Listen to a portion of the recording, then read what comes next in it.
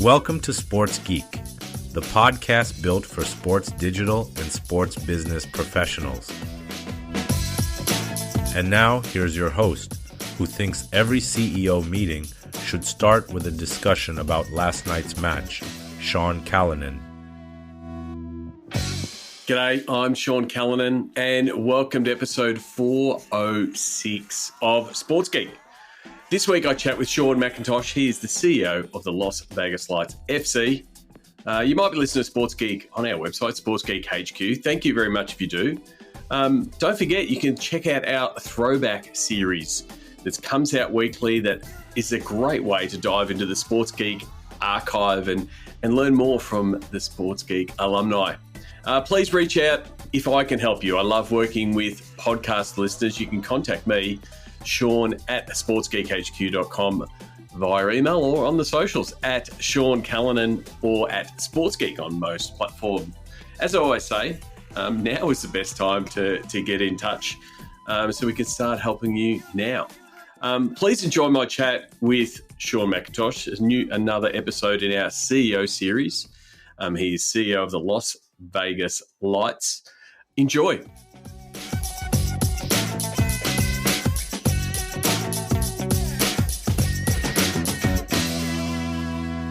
Very happy to welcome Shawn McIntosh. He's the CEO at the Las Vegas Lights FC. Shawn, welcome to the podcast. Thanks for having me, Shawn. Not a problem at all. I always start the podcast trying to figure out people's sports business origin story. How did you get your start in the world of sports? Man, I got my start working in this great industry. Like many people, it started off with an internship. So I got my undergrad degree in criminal justice. My first job out of school was working at a juvenile detention center. Wasn't something I was super passionate about. So like many people, took a step back and tried to think of where I wanted to take my life and what I was passionate about. And sports was something I played and cared deeply about, but knew I wasn't of any level to go on a professional journey. So had been connected with some folks that had recommended sports business. So got my master's degree in that field. And at that time, got my degree, moved back home to where my family was in Virginia Beach, and literally walked into the two local teams, both minor league, both the Norfolk Admirals and Norfolk Tides. The Norfolk Admirals, a AAA hockey team, so they were in the American Hockey League at the time, had a position open for an internship, and took that leap and never really looked back. And so, so that's, it is a similar tale of one, unfortunately, lack of ability. So we can't be on the ice or the field or the court, and we start putting our passion for sport into working behind the scenes. So at the Admirals, you got a good grounding of the things that move a sports business, which is cheeks on the seats, making those sales, and we're in a bunch of those roles at the Admirals. Yeah, and look, my experience there is one I always recommend to new folks that are trying to break into the industry. And I'll get the question all the time from kids right out of school that are looking to get their break. And I always go back to my time with the Norfolk Admirals. And the reason being is that typically minor league teams are low resourced. They don't have huge staffs. They rely heavily on their interns. And so whether it's in an intern role or an entry-level position, your opportunity to grow and learn is tremendous. And so for me personally, I got to step in and be involved in every single department, from stadium and arena operations to promotions to marketing to the team side to, of course, putting, as you said, cheeks in seats and having my piece on the group sales and revenue and selling sponsorships. So for me, it gave me the incredible opportunity to learn what I liked and what I didn't like, and find areas of a business that I didn't think I was good at when I started, to all of a sudden finding myself landing some deals on the revenue side that opened up a whole new pathway to me. So highly encourage anybody that is seeking their first opportunities in sports to consider minor league opportunities, because they do give you a chance to learn so much. And I think one of the things that's definitely a common thread in your career is sales. If you can sell, whether that's tickets, group sales, sponsorship, if you can bring revenue in the door, you will find a home, in the world of sports. And so you went from the Admirals to the Houston Dynamos in a similar role in that sales space, and kept refining your ability to sell, get the cheeks in the seats. Yeah, absolutely. So I spent 4 years with the Norfolk Admirals, left there as their director of game operations, essentially match day presentation and group sales manager, wearing 2 hats, to taking that next step in major professional. So I went from Norfolk to the Phoenix Suns and Phoenix Mercury, where I was then really keyed in and focused on just the revenue side, more specifically on the ticket sales side of things, and primarily in group sales, where, again, I was no longer wearing multiple hats and had a big opportunity to sell at the highest level in the NBA, with big goals on our heads, and a chance to learn from some of the best in the industry, and really, really focus on one piece of the business. So, I take a lot of my time in Phoenix and really see that as a launching point for me in just honing in on my craft and the skill set when it came to driving revenue. Terrific. And so again, you're sort of in that, and apologies, I skipped a step with the Suns, and it's a vital one. But again, you sort of kept tracking those sales roles and sort of refining them. And was there, people outside of sports don't realize that there's some of the nuances going from different sport to different sport. Were there some changes going from, ice hockey to basketball to soccer to football? In the end, fans are fans, but are there some variances? Yes and no. I think for me, going from selling hockey to selling basketball, honestly, not a ton of differences. I think that where there's probably the biggest difference is going to be in football and soccer. I think just because you've got such a different culture when it comes to the game and this sport, and the relationship between supporters and a club, I think it's entirely different from your average fan or consumer. They are a lot more participatory. They're a lot more, not that other fans aren't engaged, but there's just a different dynamic when it comes to supporter culture and that of a club in soccer versus anything else. So I think the biggest difference comes in the sport of soccer.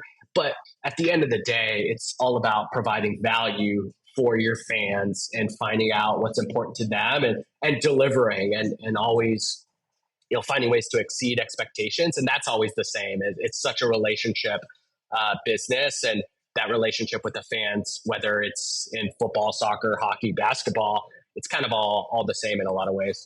So you've had a few roles. You're at the Aces in a similar sort of role in that ticketing space, and then one of your last roles before getting here was I want to sort of look at was as chief fan officer at Charlotte FC. That's not a normal C-level role. There's CMOs. So what was that role, and why was it, chief fan officer? What did that entail? Yeah. So, most of my roles had been primarily on the revenue generation side. And then I kind of full circle moments, went from the Aces, where I was a part of their inaugural season here in Las Vegas and building that up, to then going back where I started my career with the Norfolk Admirals, where I was their chief revenue officer, overseeing the entire business side of that club. And that was my first opportunity to lead a club, and then oversee every piece of the business, where you spend so much of your time in whether it's ticket sales or sponsorship, working with everybody, and so much of sports is that. But my time back with Norfolk was a chance to directly oversee it all, and so really learning a little bit more of each piece of the business. And then I took that step to Charlotte in a groundbreaking role as their chief fan officer, as part of their expansion into Major League Soccer and launching a club. And that was another really great opportunity for me to continue to learn how every piece of a business on the sports side works. So my responsibility there was to oversee the fan experience across all areas of the club.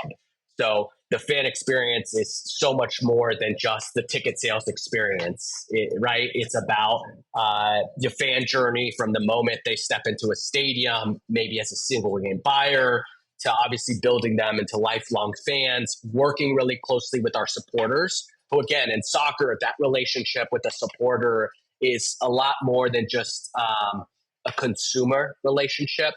It was really important to myself and the club in Charlotte that they felt every bit an extension of the club. And so working really closely with them to make sure that they were a fabric of the club. And then, of course, you've got all of the community initiatives and making sure that we were a part of the fabric of not just Charlotte, but the Carolinas. And it was a really unique role that came at an important time for the club. It was a role that was really a brainchild of our president at the time, Nick Kelly, who saw the club coming off of COVID, a team that was supposed to have been launched in 2021, having been delayed to 2022. A lot of people see that as maybe a benefit, thinking that there's an extra year to launch a club, when in fact it made things a whole heck of a lot more difficult because we didn't get a head start. COVID didn't afford us an opportunity for extra time. It just made everything a lot more difficult and delayed really getting started. So you had all this buzz and excitement for the launch of a new club, only to be cut short with all of that excitement with COVID. And so my role was to go in there, re-engage, re-energize the fan base, community partners, to come in and help and work to build what our ethos was. And so what that fan experience on a match day looked like, working really closely with our head of match day entertainment on building out everything you saw, heard, felt, and then making sure our fans were every part of that discussion. So a lot of hours being spent with our business intelligence teams on taking feedback, analyzing that, and then making sure it's executed. I like to say that every team knows that fan feedback is important. Every club across every sport knows that fans are important. But a lot of times that gets lost because it's not your primary focus. So if you're in the revenue side of things, you're focused on that bottom line. If you're in ticket sales, you're thinking, how do I get another butt in a seat? If you're in marketing, you're looking at your return on ad spends, right?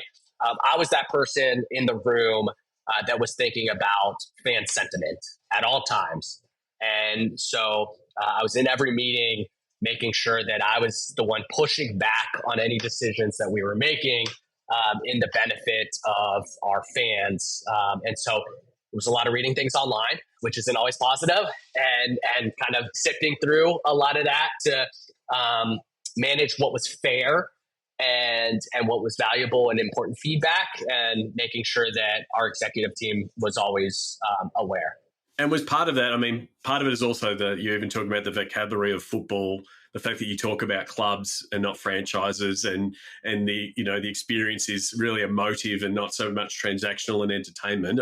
In a broad sense. But do you think you had that 10 years of being at the front line of ticketing, being at the front line of getting that feedback, and also having an opportunity to do game presentation at the Admirals, and it was that sort of a nice coming back to be able to take that experience over those 10 years, knowing what fans say, knowing what those little pain points when they don't feel heard, and like you said before, the silos that sometimes happen because you've been able to be in a few different spots.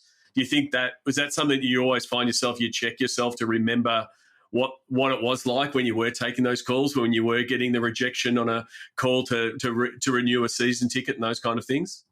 Yeah, Shawn, I think that's a really good point. I think for me, look, I was uniquely positioned for this role in a lot of those ways. For me, I always harken back, and this isn't just limited to my time in Charlotte, but just in everything I do, I always harken back to some of my own frustrations or personal experiences my time having conversations with fans, with season ticket members, with potential corporate partners.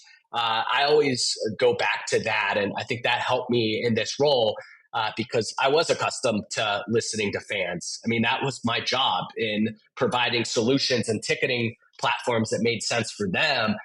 So much of my prior roles were about having those conversations with fans. I think for me, and why I was uniquely positioned for the role of chief fan officer was not only my professional experience, but my personal experience. So I grew up in Italy. Playing the sport of soccer was something for me that I grew up doing. And it was a big part of my family's culture. I understood the culture. It's something that's very personal to me. And so I don't think there are a lot of people in the industry, particularly on the soccer side, that know the sport and understand it. And so I wanted to find myself in an executive role where I was pushing the culture and the sport forward while still balancing and understanding how the business side works. And so a lot of the times that gets forgotten. And so, I wanted to make sure we were obviously hitting goals as a club and there are important metrics to hit, but not at the expense of the soul of a football club and the relationship it has with its fans. Absolutely. So that takes you to your current role. You've sort of had those jumps to C levels, chief revenue officer, chief fan officer. Now you're CEO of the Las Vegas Lights. You've been in the role for a few months now. What was your, I guess, first impressions coming into the club, and as you sort of got yourself settled into the role? Yeah, it's been an awesome experience. I think for me, taking a step back, a big reason why I came out here was because of the opportunity. So the Las Vegas Lights in January of 2024 underwent new ownership. So Jose Bautista, former Major League Baseball player, big time star with the Toronto Blue Jays, purchased the club, and getting to connect with him and understand what his vision was, aligning with that vision as somebody who is ambitious, wants to do things the right way and at a high level in a market like Las Vegas, where I had been previously. It's a market that I love, like to think I understand a little bit, and in a sport that's obviously way past growing. It's, everybody likes to say, oh, it's growing in this country. We're way past that conversation. But with the World Cup ahead of us in a market like Las Vegas, with an owner who is as ambitious as Jose, everything really aligned for me, and getting to now take that next step for me. I was in a role where it was oftentimes felt like I was a consultant, but I didn't have that final say across all of the departments. And now I'm in a position where I get to lead a club. It was really, really enticing to me. And as much as I loved my time in Charlotte, this afforded me a new opportunity, a new project with an owner like Jose. It was a no-brainer. And for me, I kind of knew what I was getting into, having been in the minor league space.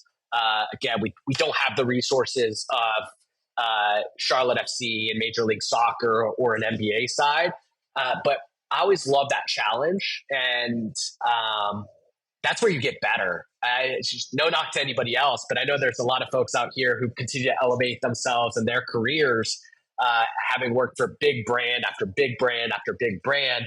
But you ask those guys to come in to go work for a minor league soccer team in the second division, and I don't know that they know what they would do. So for me, it's I always want to challenge myself. I believe in this project. This sport is really special to me, and so it's been a lot of fun getting to build a club. So coming in from the start of Jose purchasing the team, he had a couple agencies running everything from afar. And so I came in with my priorities being to build a staff in a club here that was local to Las Vegas, that was talented, that had the same passion and vision that aligned with Jose and myself, and then making sure that they had the resources to be successful. So really excited about the people that we've been able to bring in that have been successful across the industry, a couple of which have been on your podcast as well. And so, that to me has been the most important piece, because it's all about people. And so I want to surround myself with people that are great humans, that push me to be better, that I can empower to go out there and get the job done and build a club that we can be really proud of.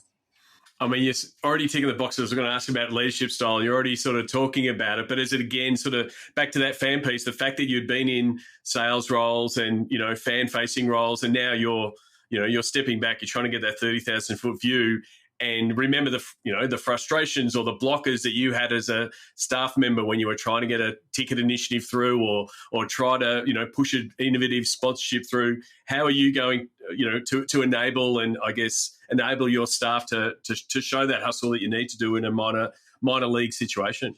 Yeah, look, my coaching style, my management style hasn't really changed from the moment I was an inside sales manager at Major League Soccer to being at a second division soccer club. For me, it's all about people. I think always reminding myself of the human element. As much as I am passionate and love my job, it's not the most important thing in the world. And but I do have high standards, and I want to empower my staff to do their jobs. For me, like my philosophy, my culture starter is get the job done and do it well, first and foremost. I don't care, hearkening back to things that maybe I was frustrated with earlier in my career, is so much of the focus oftentimes is on the things that don't matter. I don't care about metrics for metrics' sake.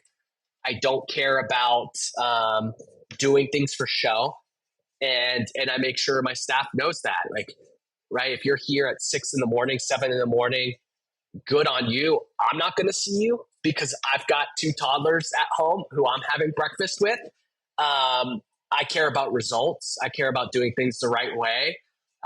You're only going to get a pat on the back from me for like hustle so many times before I start asking about results and quality of work.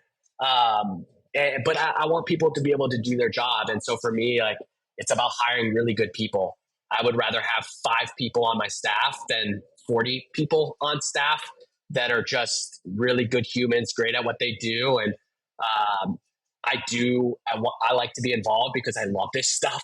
So, but I'm always really cognizant about making sure I don't always overstep, and I allow people to share their opinions, to drive the bus. And, I'm there to help and offer up suggestions, but I'm really big on collaboration. But above all else, like, just get the job done. If that means you are an absolute rock star and you can come in here and you crush your numbers, or you hit and finalize your projects and you can get out of here at 3:00 and go home to your family, more power to you. Why would I punish you? If it requires you to be at the job till 9 p.m., you got to be at the job till 9 p.m. But let's make sure we're working. There's plenty of hours in the day, I think, to have enough home life balance. But sometimes there's some things we can't get around. Absolutely. You mentioned obviously you've been in Vegas before a couple of years ago, and you've come back, and it's a constantly evolving and growing city and sports city.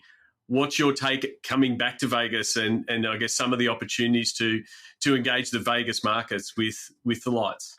Yeah, look, they continue to add more and more entertainment for the entertainment capital of the world. Like, they never stop growing. And so when I was here the first time, it was the Vegas Golden Knights and the Las Vegas Aces. And of course, you had the Aviators, but they hadn't yet moved into their brand new ballpark. And now you've got the Raiders, you've got the Henderson Silver Knights, you've got lacrosse, you've got more and more and more, right?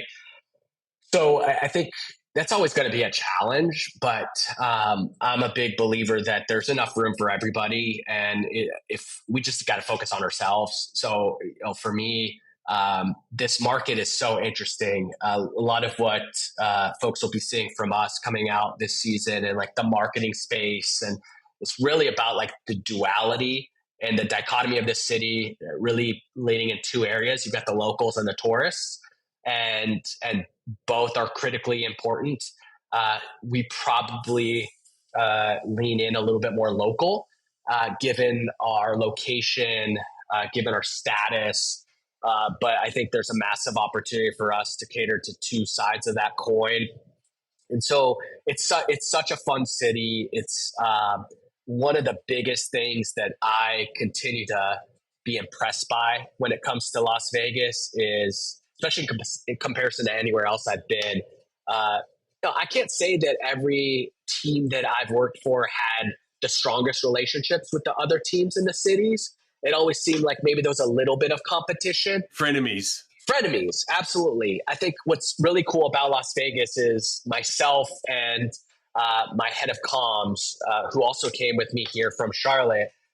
We probably expected a little bit for us to be a little bit harder to maybe get some media attention and to have to fight through some of the other teams to get our piece of the market. And Las Vegas has shown us to be a very pro Las Vegas town. So they want to take care of their own. They want to support their own. It is a Vegas versus everybody because the rest of the world looks at Vegas in a certain light. And so it's been really cool because the other teams have been so willing to share resources, help, reach out, prop us up, as well as the media here who has been like coming to us with the desire to cover us and give us some airtime. And it's been really cool to see in a city like this how much they care about taking care of their own. It is very much, an outsider's perspective, and everyone who comes to Vegas, they come as a tourist, they see the strip, they see all the lights, and they just they don't even realize it's a whole local community there. There's people that live in Las Vegas that that love the area, that count themselves as locals.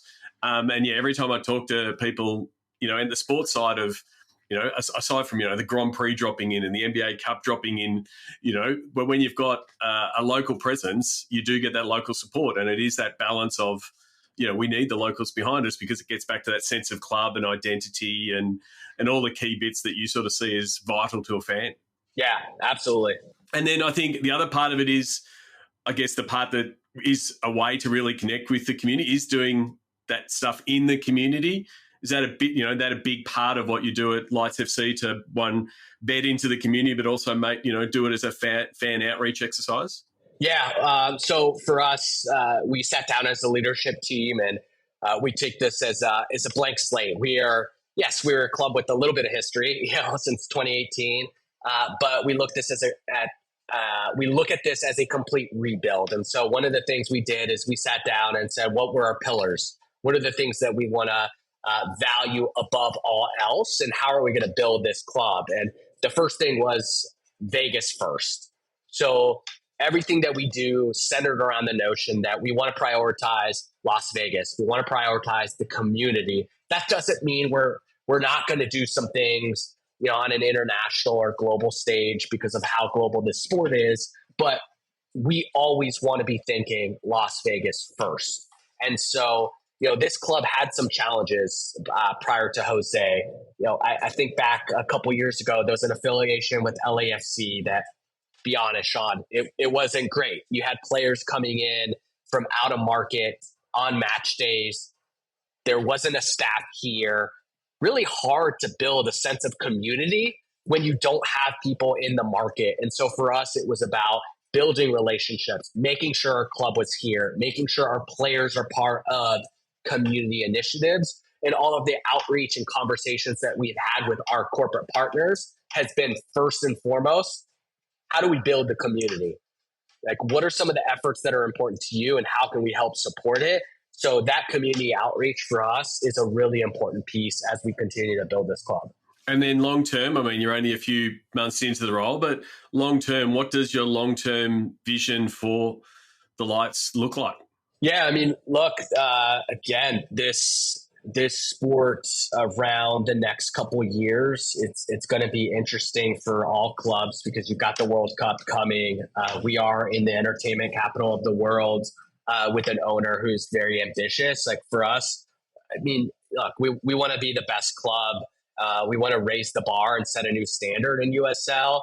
We'd love to have our own home and in a beautiful soccer specific venue. Those are all things that we look forward to. And then just controlling what we can control in our hands right now. It's step by step, but I think there's a huge opportunity for us to make a big splash. And then you mentioned before there you're not a fan of metrics, which is, because sometimes you do get the metrics for metrics' sake and people just circling something. So how do you take the temperature and understand where you're going from a lights perspective? It's not that I'm a fan of metrics. Like for me, it's really important, and we've invested in software and data and all of that. It's about when you start focusing on those pieces versus the end result, right? Yep. So like when I was a seller, for example, right, getting hounded about how many calls I made despite being number one on a revenue board, that doesn't make sense to me. So but having that data is really critical for us, because that is how we're going to measure ourselves and how we're going to determine success. So for us, that has been a big piece. It's one of the areas that we've invested in. It's new softwares to measure how we're performing in the local media market, how we measure ourselves across different competitors in the market, and obviously sales. Like those revenue numbers are all metrics that you really live and die by. Absolutely. One of the things, speaking to a few CEOs as part of the CEO series is, you come up through the ranks on the business side, sales, revenue, all of that kind of stuff. But when you're in CEO, well, you're also looking over the high performance coaches, players, rosters. How have you gone in, like, understanding that side and realizing that everything you do on the business side is to help make sure the best team you get out in the park and the coaching and everything like that? Has that been a bit of a learning curve in understanding that side of the business? Not so much. I think for me, it's been awesome. We've got a sporting director here. His name is John Neglia. He came to us from Venezia. So he was a big part of that club being promoted to Serie A. I think John's got a really great grasp on the sporting piece. For me, it's been great to come in and quickly build a relationship with somebody who just understands it, who also understands the business side and how critical it is for us to be able to lean on them, and vice versa, right? If we're not putting butts in seats, it's really hard to go out and spend the money that they want to spend on a transfer fee. And we want to be a support for us. We want to be a place that our players see as a destination. So on the business side, we want to find ways to help them do that. So if there are opportunities and corporate partners that can help boost and build the fan experience or the player experience, then we want to be able to do that. And so really working together on ways that the business side can support the player side, and then finding ways to make sure that the players are part of building the community efforts and building those relationships with our corporate partners and finding ways to integrate them with our fans. I think the beauty about the culture that we have here is that we're all rowing in the same direction. Versus some places I've been, you've got silos built up. And so it's been a breath of fresh air here to have that same buy-in on the sporting side. Absolutely. I mean, it is a common one where there is a bit of separation. If you can get the playing group and the coaching group, like you said, rowing in the same direction, it's really important. Shawn, I really do appreciate you taking the time. I want to get to the Sports Geek Closing 5. Do you remember the first sports event you ever attended? I do. It was a Dallas Stars versus Detroit Red Wings game in 1999. First major professional match I went to inside a stadium. If we're saying inside the venue, that would have been my first one that I went to with my dad on Easter Day. If we're not counting being inside of the venue, then my parents tell me that at the age of like 4, I was at Italy versus Argentina in Napoli outside the stadium when Italy was playing Argentina in the 1990 World Cup. But we were not in venue for that. Well, I'll accept both entries. They can't be Googled or fact-checked, so that's completely fine. You would have been at a lot of different sports events in your time. Do you have a favourite food memory or a go-to food at a sports event? A go-to food. So I love a good hot dog. So I love trying out, particularly if there's like a local flair on a hot dog. I got a chance to go to Monterrey to see Rayados in Mexico a couple years ago. And, I was out there with a couple staff members, and it was like our hunt to find like, what's the best hot dog that they've got. So always love to go on a good hot dog hunt. Oh yeah, always. Normally you can't go wrong. Normally. What's the first app you open in the morning?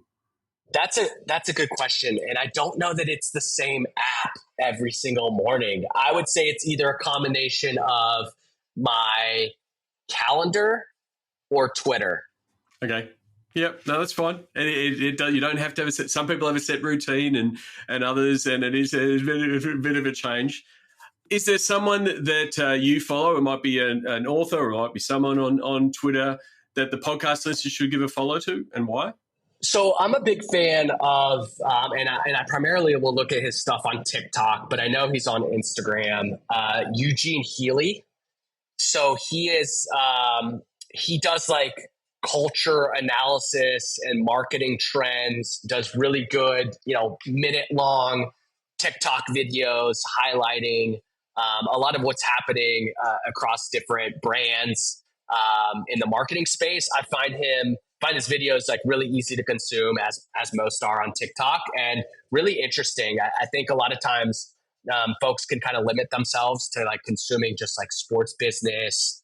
And so like, he's somebody that I find really interesting, and his insights just across different marketing brands are things that I can generally like pull from and find is really valuable. Absolutely. I'm a big fan of Steal with Pride, and looking at other areas and other verticals or other industries is a great for sports. I mean, we can always be stealing from other markets and other sports, but like looking at what music's doing, or what the streamers are doing to promote all their different things is always one that's worthwhile.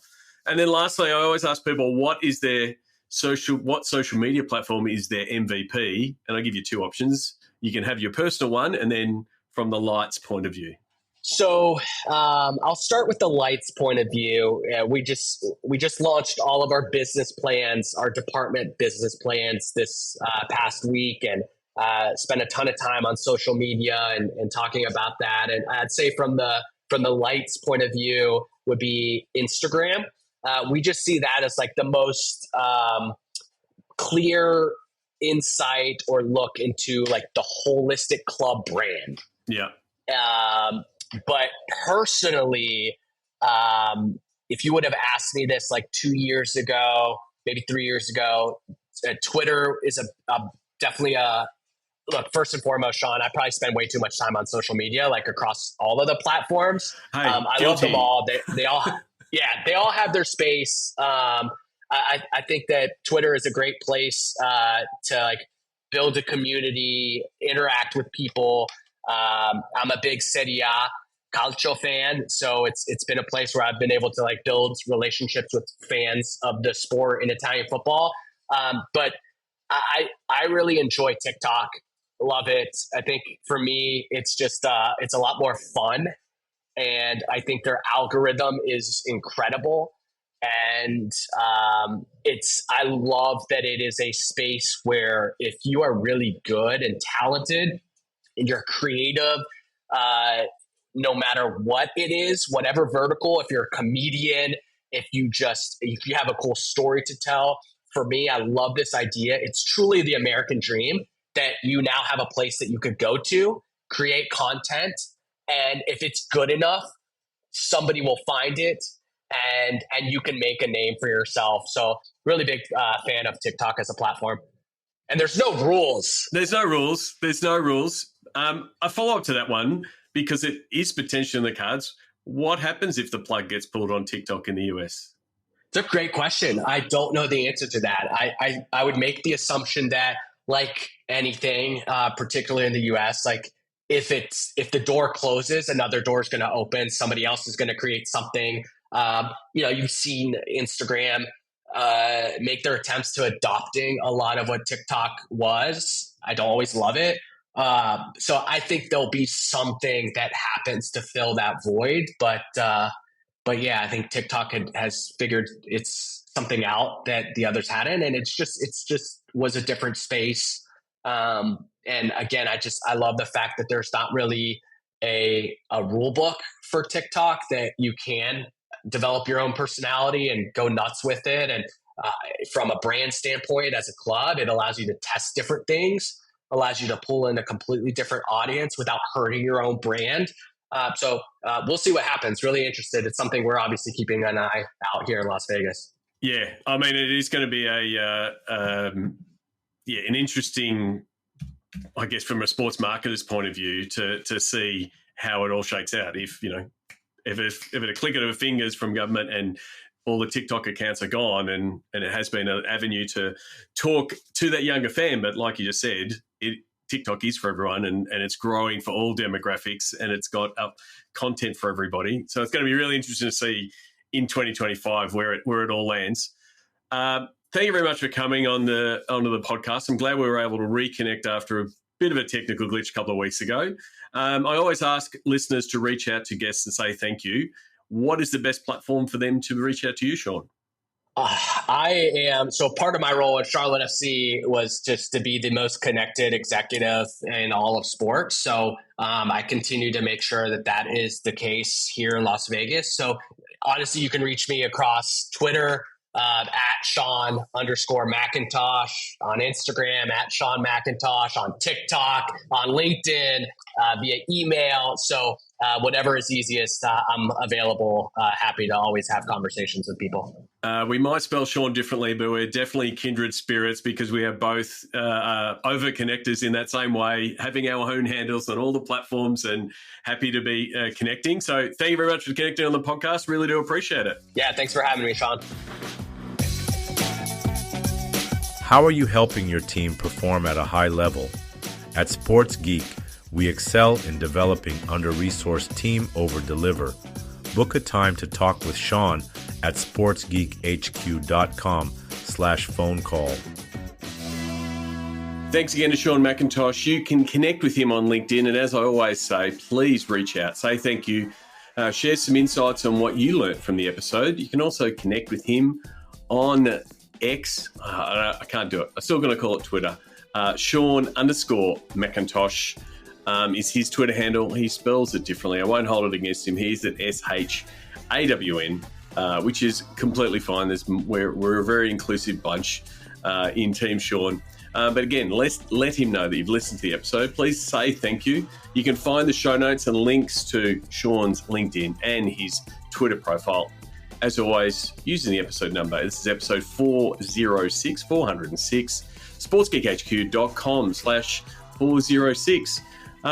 As I said, really enjoyed catching up with Shawn, and what I have noticed in sort of diving into some of the data, and Shawn's episode is definitely one of them, is I'm seeing more Sports Geek team-ups, is what I'm going to call, where alumni, people have been on the podcast, are finding each other in new organisations, in new places of work. So they're moving on, but they find themselves working with a colleague that's also been on the podcast. So in this case, Jen, who was at the Dallas Wings and the Panther City Lacrosse Club, is now at Las Vegas Light. So I love seeing Sports Geek alumni team up. We're digging a little bit more into the alumni data to see what other patterns there are. There are more guests teaming up than there are in Marvel movies. So potentially your next coworker could be someone that you've listened to on the podcast.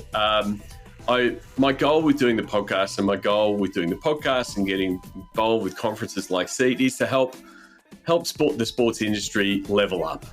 And, what I think, smart people are attracted to innovative organisations, and they're attracted to other smart people. This is why these Sports Geek alumni team-ups are happening.